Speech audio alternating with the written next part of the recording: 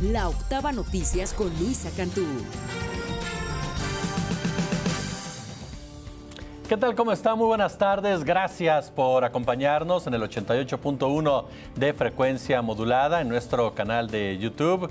En ausencia de Luisa Cantú, que en unos minutos más estará con ustedes precisamente en este su espacio. Los saluda Jesús Escobar Tobar. Gracias de verdad por acompañarnos y ya lo sabe, pulgar arriba y suscríbase a nuestro canal de YouTube. Este es un avance de la información más importante. El presidente López Obrador anunció que ya firmó, ojo con esto, ya firmó la iniciativa de reforma a la ley minera. En caso, ojo, de que la reforma eléctrica no pase el domingo en la Cámara Baja. Explicó que es la forma de blindar el litio y el territorio mexicano. Es lo que dice el presidente. Además, el PRD acudió al INE. Sí, el PRD todavía existe, para pedir que se anule la consulta de revocación de mandato. Nos vamos a enlazar hasta allá precisamente para ver con base en qué hacen este planteamiento. Y la vacunación para niñas y niños contra la COVID podría empezar pronto. En la conferencia matutina, el presidente aseguró que hay un pago por adelantado y la razón por la que no ha empezado es porque se necesitan ciertas marcas autorizadas por la COFEPRIS y estas pues simplemente no han sido entregadas. La Comisión de Derechos Humanos presentó un análisis del actuar de la anterior CNDH respecto a la desaparición de los 43 normalistas de Ayotzinapa. Denuncia que quienes debieron velar por los derechos humanos, se dedicaron a reforzar la verdad histórica de la PGR y ahora están ocultando información. Quédese con nosotros, soy Jesús Escobar Tobar y le reitero, a nombre de la titular de este espacio, Luisa Cantú, le doy la más cordial bienvenida a todas y todos quienes nos siguen a través de nuestra señal de YouTube y desde luego del 88.1 de frecuencia modulada. A nombre de todo este equipo de trabajo, le agradezco muchísimo su sintonía. Arrancamos. Información día a día. La Octava Noticias con Luisa Cantú. Criterio, compromiso, coyuntura, veracidad, investigación, periodismo profesional. La Octava Noticias con Luisa Cantú. Comenzamos. Bien, es miércoles 13 de abril y vamos directo precisamente a las noticias. Y arrancamos en Palacio Nacional, donde esta mañana el presidente Andrés Manuel López Obrador anunció, ojo con esto, que ya firmó la propuesta de reforma a la ley minera. ¿Para qué? Para que en caso de que el domingo no se alcancen las 2/3 partes en el Pleno de la Cámara Baja para la aprobación de la reforma eléctrica, se presente de inmediato esta iniciativa a fin de establecer que el litio solo podrá ser explotado por el gobierno de México y de esta manera se convierte en propiedad de la nación. Tal y como lo adelantó ayer durante su informe por los primeros 100 días del cuarto año de su gobierno, hoy Andrés Manuel López Obrador dijo lo siguiente. Ya tenemos, acabo de firmar hoy en la mañana, la iniciativa de reforma a la ley minera, que no requiere 2/3 partes, es mayoría simple, para que el litio quede como propiedad de la nación. Entonces vamos a esperar el domingo y de inmediato entra la iniciativa de litio. No, pero nada más para que sepan los mexicanos de que no nos van a poner contra la pared. Las palabras del presidente de la República y seguimos hablando de la reforma eléctrica. El presidente de la Cámara de Diputados y Diputadas, Sergio Gutiérrez Luna, hizo un llamado a conducirse con disciplina. Esto tras el acceso que se le dio al Pleno al representante de la Cámara de Comercio italiana, el cabildero Paolo Salerno, que estaba hasta sentado en una curul, ¿no? Ahí estaba precisamente al lado de una legisladora. A través de un comunicado, Gutiérrez Luna pidió, le leo la frase exacta, a las personas que realicen una labor de cabildeo y se encuentren debidamente registradas en el padrón, conducirse con responsabilidad. De lo contrario, advirtió, se podría cancelar su registro y entrada al recinto legislativo. Ahora, como dato, Paolo Salerno también estuvo presente en el 7º Foro del Parlamento Abierto, el Estado como garante de la soberanía del Sistema Eléctrico Nacional, que fue realizado el 25 de enero para analizar la reforma eléctrica. Incluso en ese foro, la investigadora Guadalupe Correa, usted le he escuchado muchas veces aquí en La Octava, exhibió una lista negra de personajes que presuntamente financian la campaña en contra de la reforma constitucional. Y es que hay un detalle importante, ¿no? Simple y llanamente. Los cabilderos están registrados en la Cámara Baja de nuestro país, en la Cámara Alta, pero ellos están al lado, están en un espacio de un cuarto, vamos a decirlo así, en un recinto privado, donde ahí hacen su trabajo, sus leyes, se acercan a los legisladores, legisladoras y demás, pero no se sientan en las curules. Así de claro, como hizo este personaje, que además, efectivamente, ha aparecido en diversos medios de comunicación hablando de los errores de la reforma eléctrica propuesta por el gobierno de Andrés Manuel López Obrador. Ahora, sobre este mismo tema habló el presidente mexicano. Él cuestionó la presencia del asesor italiano en plena discusión y junto a la diputada del PRD, Edna Díaz. Le llaman cabildero, o sea, un intermediario, una especie de coyote.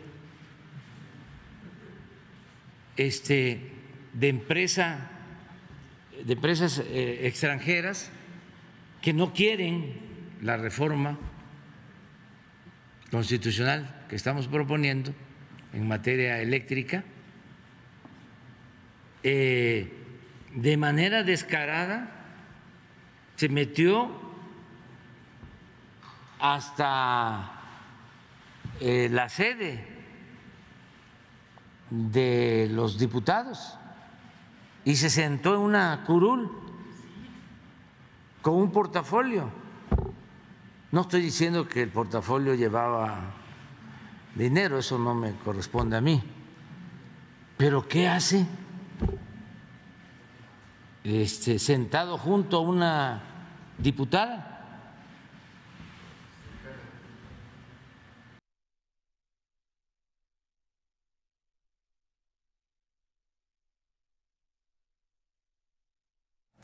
Ahora, en respuesta, el grupo parlamentario del PRD refrendó su apoyo a la legisladora Edna Díaz, quien aseguran pues, ha sido víctima, así lo dijeron, víctima política en razón de género.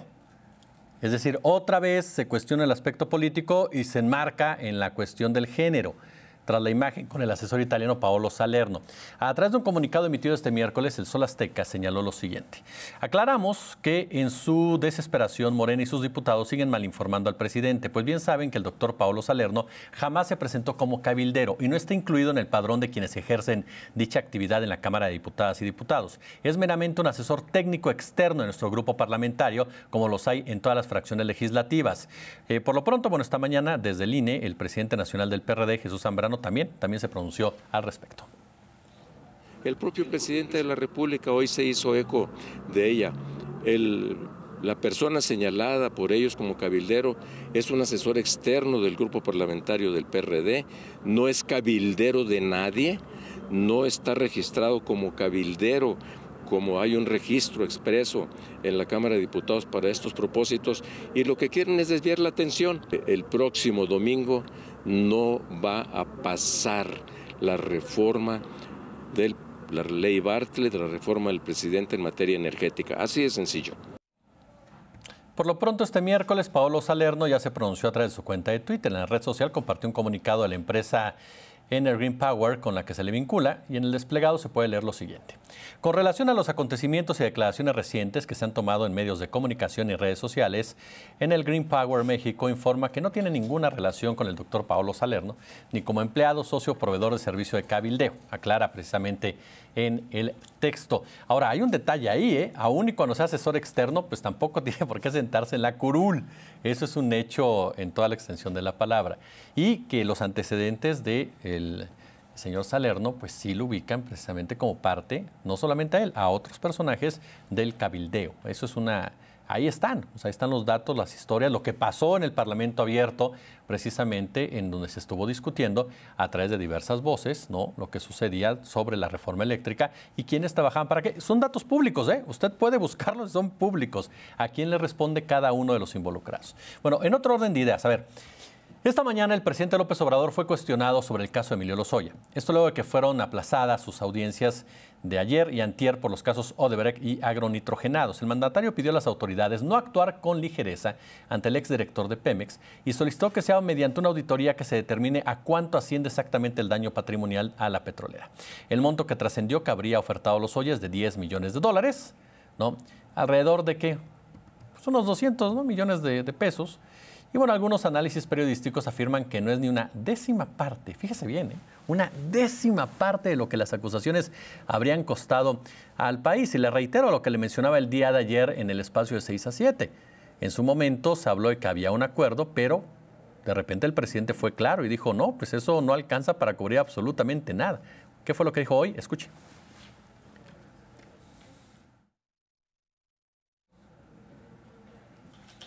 Bueno, parte de lo que dijo el presidente de la República es muy claro. Que él lo que quiere es que se garantice, por supuesto, lo que tiene que ver con el daño, que se cubra él mismo, y lo que ha dicho una y otra vez el presidente es que esos $10 millones pues no cubren para nada precisamente el daño que se realizó o que se dio en contra de Petróleos Mexicanos. Ahora, sobre este acuerdo, ¿no?, también fue cuestionado el fiscal general de la República, Alejandro Gertz Manero. Por cierto, Alejandro Gertz Manero vio el informe, estaba en primera fila, ¿no?, junto a Olga Sánchez Cordero. Para los que nos gusta el tema de los mensajes políticos, bueno, fue a su arribo a Palacio Nacional para acompañar al presidente López Obrador en su informe de 100 días del cuarto año de gobierno, cuando se le cuestiona, y esta fue la respuesta. Lo que se dijo de la propuesta del señor Lozoya para eventualmente obtener su liberación. Sin comentarios en este momento.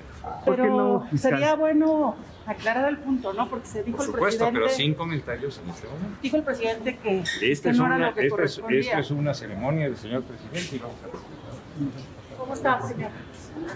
¿Cómo le va? ¿Ha ido bien? Muy bien, muchas gracias. ¿Cómo vio el informe del presidente? Ya dije. No lo escuché. No tenga cuidado. ¿Lo puede repetir? Esta es una ceremonia en que venimos a celebrar el informe del señor presidente, que ha sido espléndido. Fiscal, se ha cuestionado mucho la actuación que ha tenido, que ha sido más política y personal. ¿Qué opina del respaldo? ¿Qué opina sobre esta resolución en el caso Lozoya? Hay que tener control de la prensa. Gertz Manero demostrando que es un personaje que ya tiene muchos años en la política. Si él no quiere dar una declaración, no hay forma. No hay forma de verdad de arrancarle algo comprometedor. Es muy complicado. Le reitero, uno de los personajes que ya mide muy bien los tiempos, declaraciones, palabras y momentos. Bueno, este miércoles, cambiando de tema, este miércoles el presidente nacional del PRD, Jesús Zambrano, acudió a las instalaciones del INE. ¿Sabe usted para qué? Pues para presentar un recurso para la nulidad del proceso de revocación de mandato celebrado el domingo.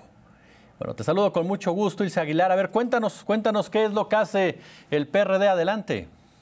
Muy buenas tardes. Informarte que esta mañana el líder del Partido de la Revolución Democrática, PRD, Jesús Zambrano, acudió a la oficialía de partes del Instituto Nacional Electoral, esto para interponer un juicio de inconformidad para exigir la nulidad del proceso de revocación de mandato efectuado el pasado 10 de abril, ya que aseguró existen y se han documentado irregularidades en todo este proceso. Así lo señaló el líder del Sol Azteca.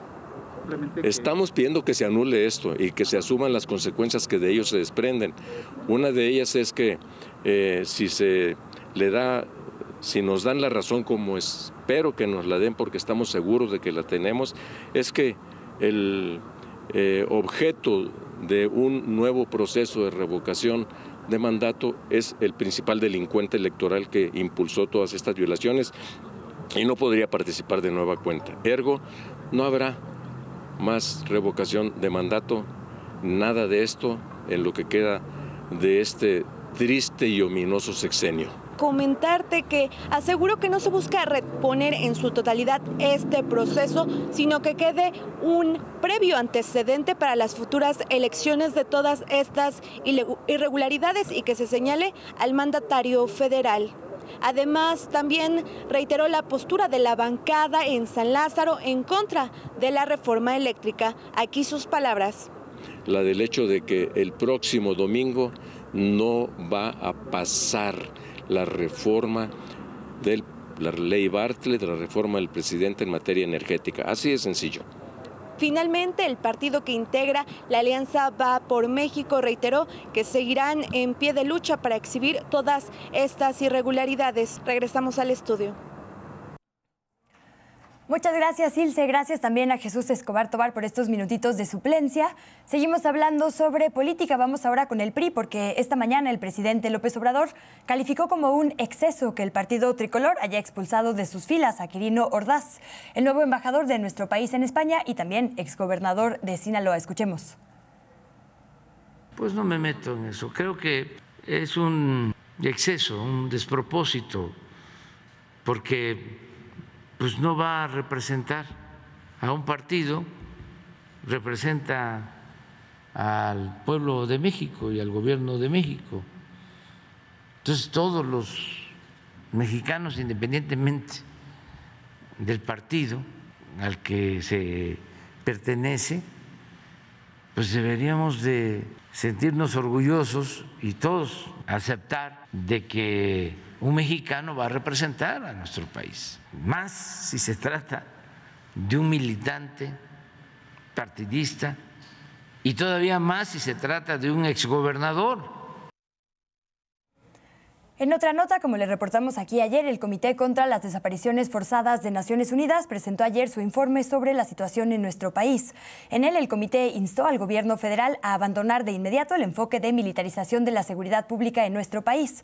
Ante esto, el presidente Andrés Manuel López Obrador respondió que en el organismo de Naciones Unidas no cuentan con toda la información y que no se están apegando a la verdad, que estos no son los tiempos de, por ejemplo, el expresidente Felipe Calderón, en los que el ejército violaba derechos humanos. Escuchemos. Ellos no tienen, con todo respeto, toda la información, no están actuando con apego a la verdad.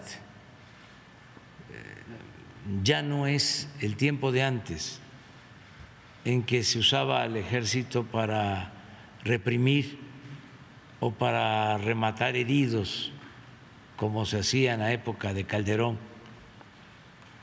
o para desaparecer a personas.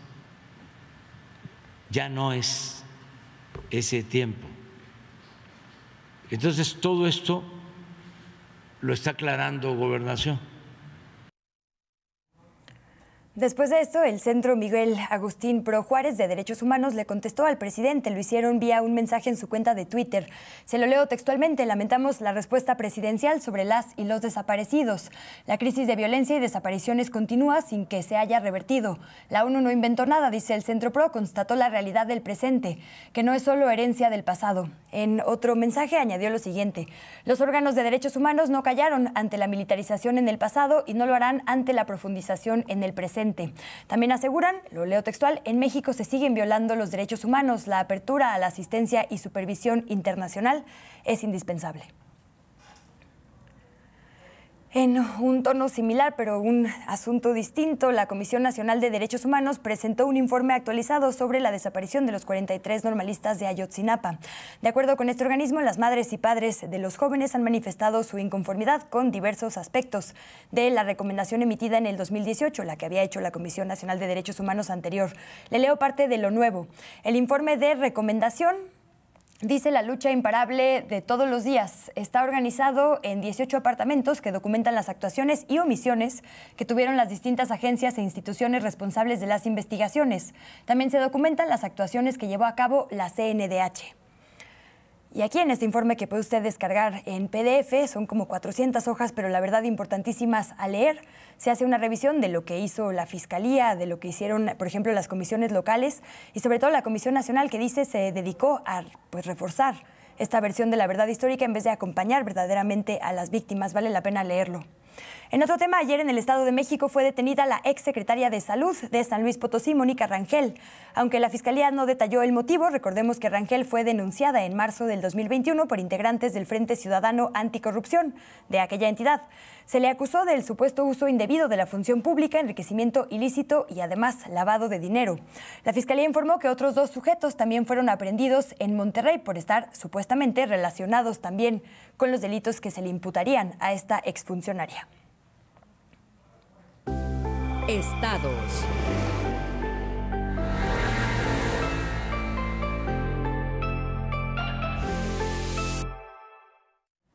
Comenzamos con la vuelta por la República Mexicana. En el Estado de México tenemos información sobre esta tragedia, este asesinato de una familia en Tultepec. Nuestro corresponsal en esa entidad nos actualiza lo que se sabe al momento. Félix Hernández, muy buena tarde.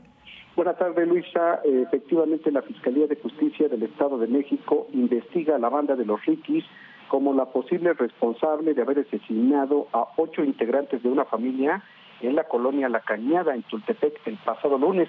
Ya hay 3 personas detenidas. El líder de esta organización delictiva, Ricky, alias El Guanapá, y sus cómplices, alias Alan, alias El Rena, Jesús El Chuchín y Brian, alias El Moreno, la madrugada del 11 de abril arribaron en 2 motocicletas al domicilio de las víctimas de acuerdo a las indagatorias, Luisa. El objetivo era asesinar únicamente a Jonathan Ulises, de 22 años de edad, a quien los Riquis le habían prohibido que continuara vendiendo estupefacientes en esta zona. Sin embargo, decidieron asesinar al resto de los integrantes de la familia, incluidos 4 menores de edad. Accionaron sus armas y posteriormente se dieron a la fuga. Rosa López, madre de Jonathan, que quedó viva en el lugar a pesar de que recibió un disparo en la cabeza, murió más tarde en el área de urgencias médicas del Hospital Vicente Villada. Esta banda delictiva se dedica todavía al narcomenudeo, extorsión a comerciantes y otras actividades ilícitas en Tultepec, Tultitlán y Melchor Ocampo. 3 de los integrantes de la banda que no habrían participado directamente en este homicidio ya fueron detenidos. Se trata de Luis M., el Mini, segundo a bordo de esta organización delictiva, Jesús alias Rubicén y José alias El Lágrimas o El Salvadoreño, quienes habrían proporcionado la información para continuar con las indagatorias y desarticular esta banda delictiva. Por otro lado, finalmente darse a conocer que 5 de los muertos, pues ya fueron sepultados en el panteón de Sagüento en Tultepec. De la Fiscalía de Cuautitlán fueron entregados a otros familiares de los cuerpos justamente para trasladarlos a este camposanto y darles cristiana sepultura. Luisa, la información al auditorio. Gracias, Félix. Pendientes. Buenas tardes. Un fuerte abrazo. Hasta luego. En Coahuila fue detenido Raúl Alfredo N., presunto asesino de María Fernanda Contreras, la joven que desapareció el pasado 3 de abril y cuyo cuerpo sin vida fue localizado en un domicilio de Apodaca. El detenido fue trasladado a Nuevo León y se prevé que entre hoy y mañana se lleve a cabo la audiencia inicial para imputarlo por delito de feminicidio, donde podría alcanzar una pena máxima de hasta 60 años de cárcel. En Nuevo León, el vicefiscal Luis Enrique Orozco reiteró que continúan con la búsqueda de Devani Escobar, otra joven que fue vista por última vez el pasado 9 de abril en el municipio de Escobedo. Aquí sus palabras. Se descarta el hallazgo de un cuerpo de una mujer en esa zona de Escobedo. La búsqueda de Devani continúa.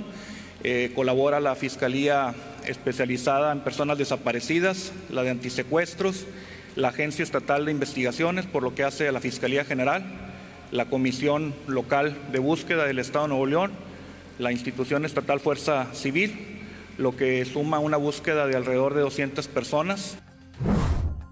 Ante las desapariciones de mujeres que se han reportado en los últimos días en el estado, el gobernador Samuel García envió un mensaje de unidad y respaldo a las y los neoleoneses.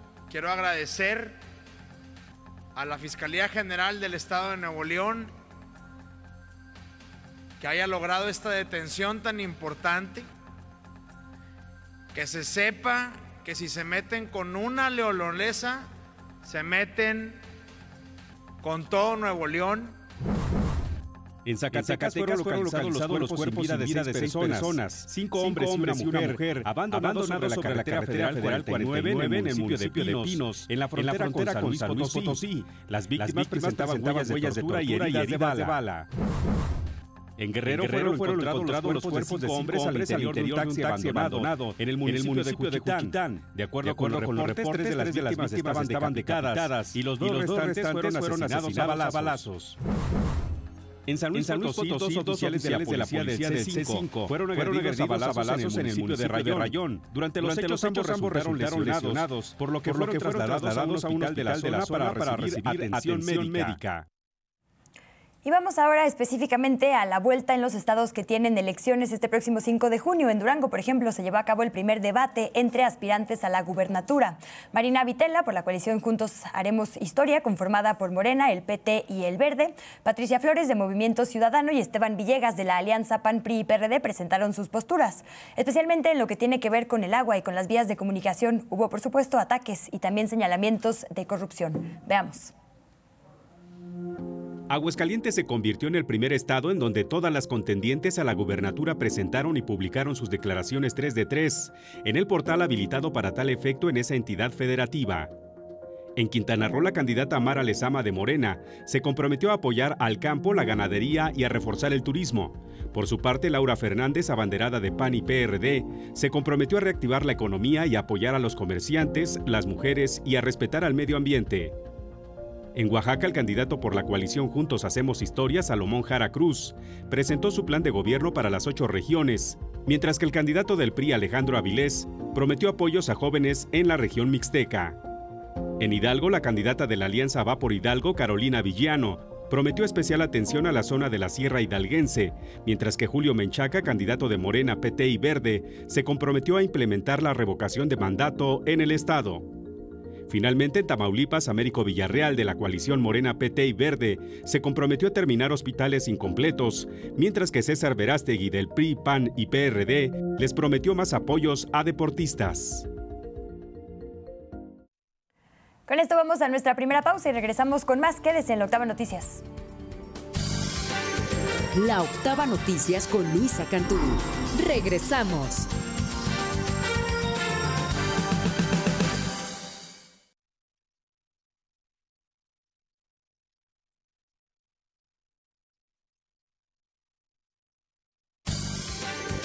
La Octava Noticias con Luisa Cantú. Continuamos. 2 de la tarde con 31 minutos en la hora de la capital del país. Precisamente vamos a sus calles a ver qué ha sucedido en las últimas horas. Cuéntanos tú, Abraham Mojica. Muy buena tarde.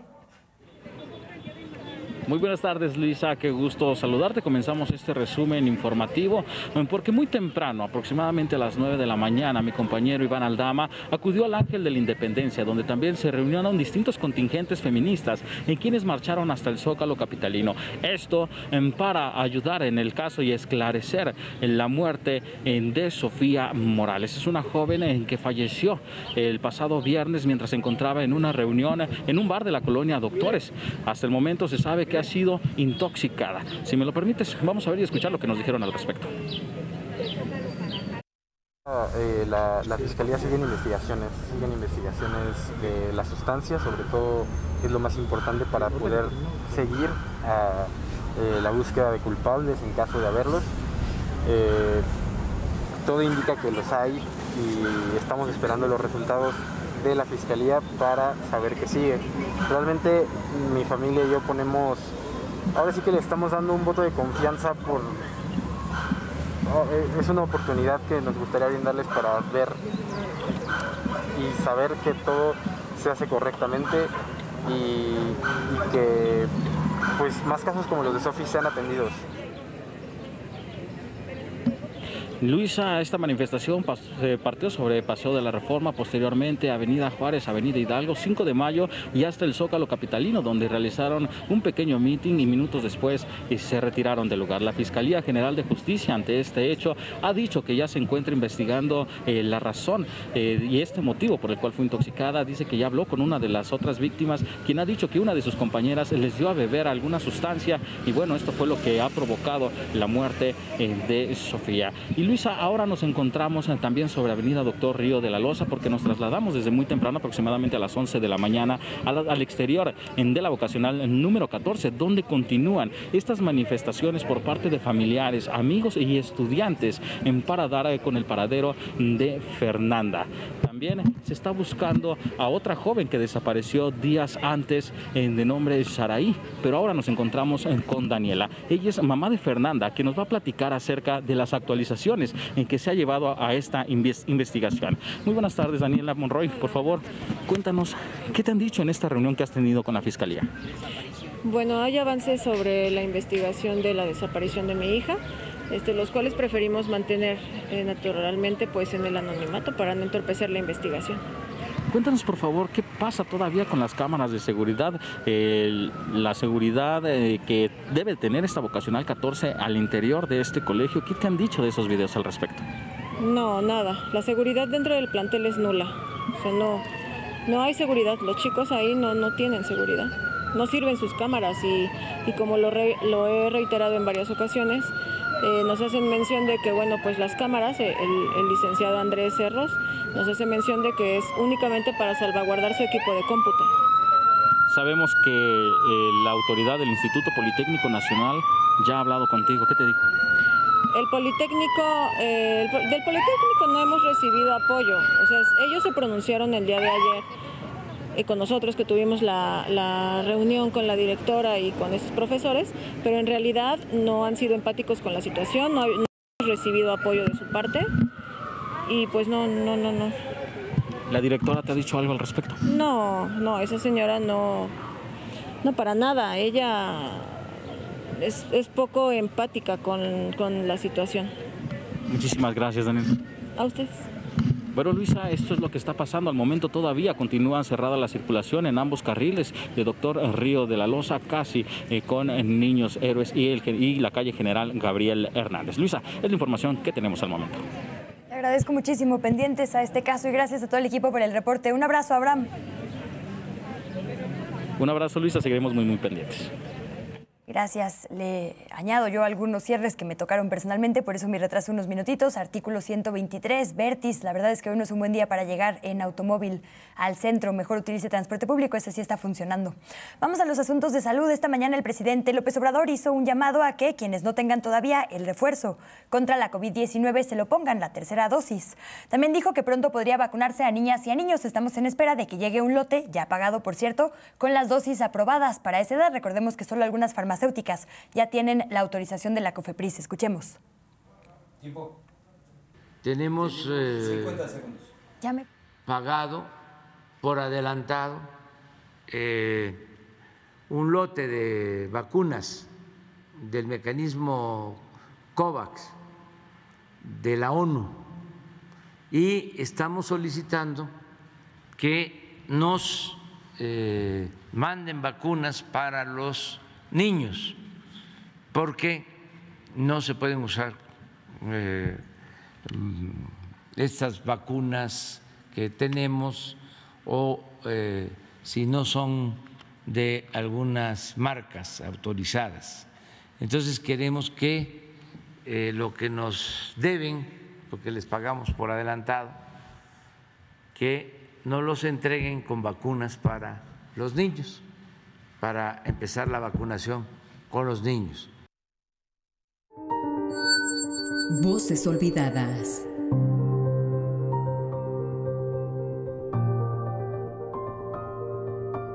Como cada semana, mi compañera Ilse Aguilar nos presenta una historia más de violencia de género. Particularmente, hoy trata de una poco visible. Escuchemos. El 7 de octubre de 2016, Natalia Lococo fue detenida por las autoridades de Guerrero por un delito fabricado en el Estado de México. Su expareja utilizó esta acción para arrebatarle a sus 4 hijos.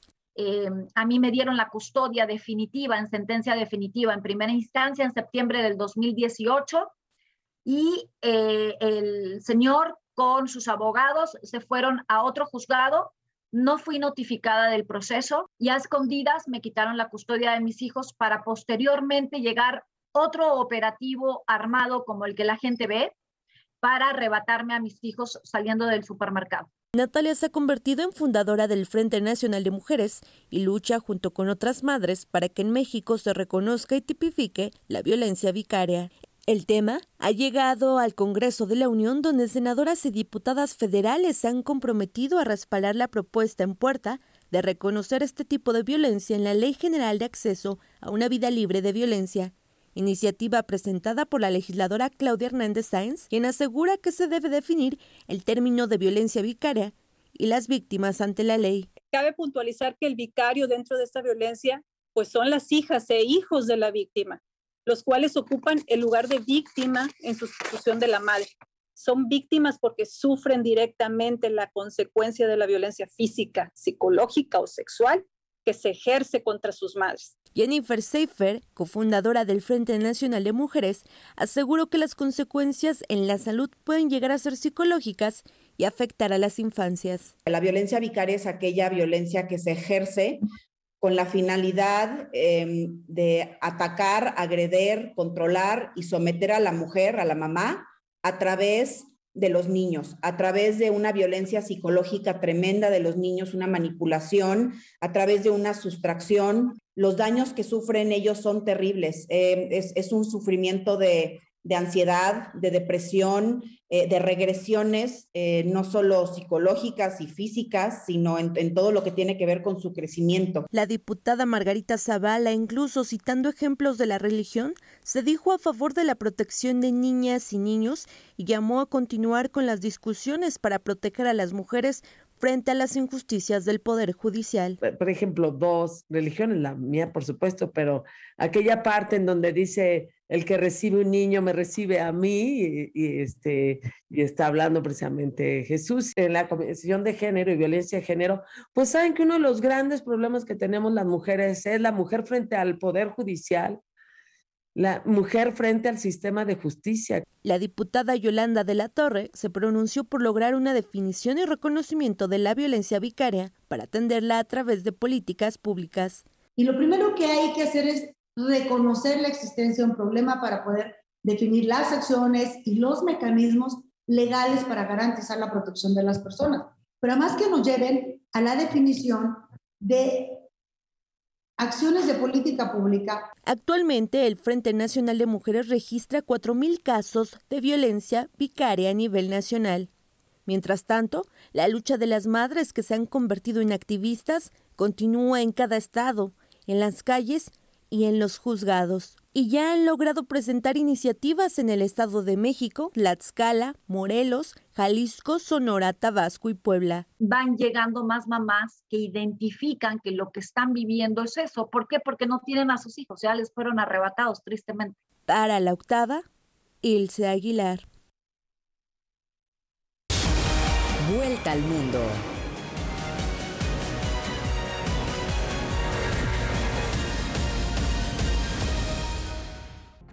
En Estados Unidos, la policía de Nueva York capturó este miércoles a Frank James, el principal sospechoso del tiroteo en el metro de Brooklyn, que al menos dejó 20 personas lesionadas el martes por la mañana. Según la policía, el hombre de 62 años habría lanzado 2 bombas de humo en un vagón, tras lo que efectuó al menos 33 disparos con un arma 9 milímetros. En Suiza, la Organización Mundial de la Salud destaca que se mantiene a la baja el número de nuevos casos confirmados y muertes provocadas por la COVID-19. Se trata de la tercera semana consecutiva en la que ambos indicadores decrecen. En China, el presidente Xi Jinping afirmó que no se deben relajar las medidas de control y prevención contra la COVID. Las declaraciones se dan mientras en Shanghái, la capital comercial de China, se confirmaron más de 25,000 nuevos casos en las últimas 24 horas. En Ucrania, el presidente Volodymyr Zelensky anunció que los servicios secretos de su país capturaron al mejor amigo en Ucrania del presidente ruso Vladimir Putin. Se trata de Víctor Medvedchuk. Zelensky propuso a Moscú intercambiar al líder del partido prorruso Plataforma Opositora por la Vida por prisioneros de guerra en cautiverio en Moscú. En Ucrania, los servicios de inteligencia afirman que las tropas rusas pretenden eliminar cualquier tipo de prueba que confirme que han cometido crímenes de lesa humanidad y para ello emplean crematorios móviles, especialmente en la ciudad de Mariupol. En Estados Unidos, la Casa Blanca arremetió contra el gobernador de Texas, el republicano Greg Abbott, por haber ordenado un incremento de las inspecciones de camiones en la frontera con México. Acusó que esas inspecciones están provocando retrasos en el tráfico e interrupciones significativas en las cadenas de suministro de alimentos y automóviles. Gracias, Alejandra Martínez. En más noticias, el Consulado de Estados Unidos en Nuevo Laredo, Tamaulipas, confirmó que va a reabrir sus puertas. A través de sus redes sociales reveló que tras los días festivos del 14 y 15 de abril, reiniciará los servicios consulares a partir del martes 19. Si necesita usted más información, puede consultar la página mx.usembassy.gov.v. El cierre del consulado ocurrió el pasado 14 de marzo. Usted recordará que las instalaciones sufrieron un ataque. Fue en el contexto de la detención de Juan Gerardo N., mejor conocido como El Huevo, y supuesto líder máximo del Cártel del Noreste. Otra pausa y volvemos. Quédese en la octava. La Octava Noticias con Luisa Cantú. Regresamos.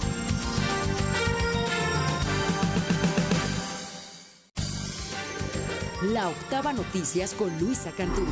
Continuamos. Volvemos con los escenarios. ¿Qué nos tienes, Edgar Estrada? Gusto en saludarte. ¿Cómo estás, Luisa? Muy buenas tardes. Arrancamos con la información, por supuesto, gusto en saludarte. Y luego de 2 años de ausencia en México, regresa Despertares al Auditorio Nacional el 6 de agosto con los más grandes exponentes y compañías de la escena dancística del mundo. Esto bajo la dirección del mexicano Isaac Hernández. Y para su 6ª edición, el espectáculo va a reunir a 30 artistas en un mismo escenario con danza clásica, contemporánea, urbana, tap y mucho más. Y el Ballet Folclórico de México de Amalia Hernández, por su parte, regresa a una de sus principales sedes en toda su trayectoria de 7 décadas, el Teatro de la Ciudad Esperanza Iris, con un magno espectáculo con danzas tradicionales de México el 15 y 16 de abril, con coreografías como sones antiguos de Michoacán, la danza de la pluma tradicional, que es de la fiesta oaxaqueña de la Guelaguetza, y fiesta en Tlacotalpan. Y por otra parte, Zona Clausurada es una pieza de teatro línea de sombra. Se trata de una instalación escénica que señala aquellos territorios que han sido tomados y controlados por las fuerzas que operan en la ilegalidad y en consecuencia han sido sustraídas de la verdad y la justicia. Es una obra que aborda el fenómeno de la desaparición forzada en México. Hay que destacar que la pieza es una colaboración con Elefante Blanco, uno de los medios independientes de información crítica más importantes del noreste. Se presentará del 21 al 30 de abril en el Museo Universitario del Chopo.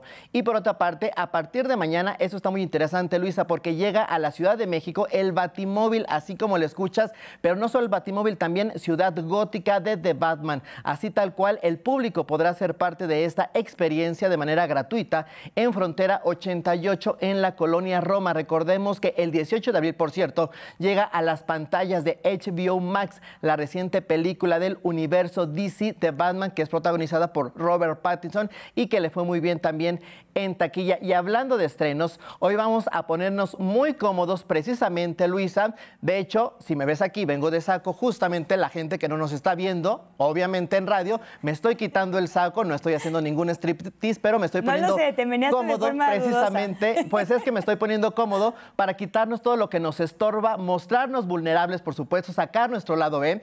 Hoy quiero invitarlos a una nueva aventura aquí en la Octava YouTube con el estreno del programa Lado B, precisamente todos los miércoles a las 8 de la noche. Hoy la madrina de lujo es la diputada Patricia Armendáriz. Por supuesto, agradecido con nuestros jefes, Juan Aguirre, con Jesús Escobar, desde luego, y con Gonzalo Yáñez. Luis, así es que los esperamos hoy a las 8 de la noche con el Lado B. Confirmo, todas tus entrevistas son fantásticas, siempre logras arrancarle a la gente verdades que no comparten en otros espacios, entonces bueno, todo el éxito del mundo en este estreno, gracias por quitarte el saco y ponerte cómodo, yo también por eso ni lo traje, siempre estoy cómoda contigo. Gracias y todo el éxito, hemos visto una fila de personajazos desfilar por acá, cada miércoles a las 8, Edgar. Así es, cada miércoles a las 8, como siempre, muchas gracias por tu apoyo y te esperamos para que muestres también tu lado B. Por allá nos veremos entonces, por lo pronto hoy con Patricia, abrazo, gracias Edgar. Hasta mañana con más. Deportes.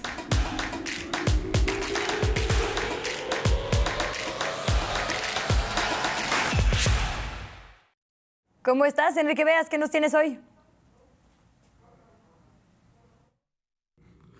Hola Luisa, ¿cómo estás? Un gusto saludarte, muy buenas tardes. Ya disputándose el partido al medio tiempo entre el Manchester City y el Atlético de Madrid en el Wanda Metropolitano. Partido sabroso y estamos llevando hasta su oído la transmisión en la 1030 AM, 107.3 HD2, la estación de las emociones 24/7. También mañana tenemos el partido entre el Frankfurt y el Barcelona, Barcelona contra el equipo del Frankfurt. Pero bueno, recordando que el Real Madrid terminó después de que se le complicó el partido, el Chelsea lo ganaba 3-0 en el Bernabéu, terminó 3-2 para un 5-4 global de estas tardes mágicas, hermosas para nosotros de la Champions League. En verdad estamos muy contentos que estaremos en París para llevarles la mejor transmisión en Grupo Radio Centro, igual que hace 4 años ya. Iremos por nuestra cuarta final de Champions, una belleza sin duda alguna poder compartirlo con todos ustedes. El Villarreal sorprendió al Bayern Múnich, eliminó al equipo bávaro, adiós a la poderosísima máquina germana. Así que bueno, estamos esperando también en estos momentos si juega Liverpool contra el Benfica, muy difícil para el equipo portugués. Pero vamos con Miguel Ángel Luis Castillo, que está en el Wanda Metropolitano, a que nos siga platicando de toda esta jornada de Champions, los cuartos de final de vuelta, en esta cobertura que empezó desde Doha con el sorteo mundialista, pasó por Inglaterra con el partido Manchester City-Liverpool y está cerrando con estos cuartos de final de vuelta de la Champions y de la UEFA Europa League. Adelante, Luis. Hola, ¿qué tal, Luisa, Enrique? Qué gusto saludarles, amigos de La Octava Noticias. Aquí estamos, afuera del Wanda Metropolitano, un ambiente de ilusión, un ambiente en el que la afición de los colchoneros tiene la confianza de que consigan este milagro madridista. Voy a girar un poco, justo así están ingresando a este escenario luego de una noche épica en esta misma ciudad, en donde se llevó a cabo uno de los partidos, Luis Enrique, que serán recordados por muchos años en el Bernabéu. Perdió el Real Madrid, sí, pero el espíritu de Santiago Bernabéu, el espíritu de Puskás, de Paco Gento, de Bullo, de Hugo Sánchez y de sus casi 70,000 aficionados hicieron que ese gol de Benzema en la prórroga les diera el pase a las semifinales, su 31ª semifinal en toda la historia en la Champions. Así que el Madrid ya está instalado en un partido que terminó 3-2. El Chelsea le había dado la vuelta al marcador global 3-0, pero después, como les decía, el Real Madrid, el rey de Europa, doblegó al campeón de la Champions. Hoy conocerá a su rival, el Real Madrid, justo aquí en este estadio metropolitano, en donde el Cholo Simeone y todo su equipo intentarán que sea la primera vez de este escenario de los colchoneros que se juegue una semifinal de Champions. Las últimas 3 ocasiones fueron allá en Manzanares, en el viejo estadio Vicente Calderón. Así que toda la cobertura la tendremos en la Octava Sports del Grupo Radio Centro, Luis, en el 10:30 AM. Desde Madrid les envío un cordial saludo, esperando el milagro rojiblanco aquí en el Metropolitano. Enrique, Luisa, compañeros, pásela bien. Ahí está Miguel Ángel Luis Castillo, Luisa. Y bueno, rápidamente también decirte que ayer el equipo de los Pumas, el Goya, sonó en el Estadio Azteca. Van a jugar una final más de la CONCACAF. No llegan desde aquí a final contra el Saprissa, que de hecho es el último equipo mexicano hace 7 años que terminó perdiendo una final de la CONCACAF. De ahí, a partir de ese momento, los clubes mexicanos han ganado todas y cada una de las finales de este torneo, de este certamen. 0-0 ayer en el Azteca, partido intenso, gol anulado, penal no marcado, pero sobre todo un Andrés Lilini que hoy proyecta, que hoy emociona, que hoy genera una confianza con lo que está pasando en el entorno del equipo de los Pumas. Por cierto, también hoy a las 8 de la noche les llevamos la transmisión para que nos acompañen en el Guadalajara contra Monterrey, las Chivas contra el equipo regiomontano. Buen partido sin duda alguna, de los juegos pendientes que quedan. Y ya para cerrar la información deportiva, Luisa, decirles que se están jugando los play-ins de la NBA, en donde sobre todo vamos a ver cómo termina quedando el cuadro de lo que será la postemporada ya de manera oficial. El día de ayer los Nets le ganaron a los Cavaliers de Cleveland 115-108, los Timberwolves 109-104 al equipo de los Clippers. Para hoy los juegos entre los Hornets y los Hawks y los Spurs de San Antonio contra los Pelicanos. La información deportiva, Luisa. Como siempre, gracias, Enrique Veas. Un gusto saludarte a ti y a Luis Castillo, que sigue de gira. Que la pase muy bien. Que la pase muy bien usted también, que nos acompañó en esta hora de información. Cuídese mucho, quédese en la Octava. Y nosotros nos vemos mañana en punto de las 2 de la tarde. Información día a día. La Octava Noticias con Luisa Cantú. Criterio, compromiso, coyuntura, veracidad, investigación, periodismo profesional.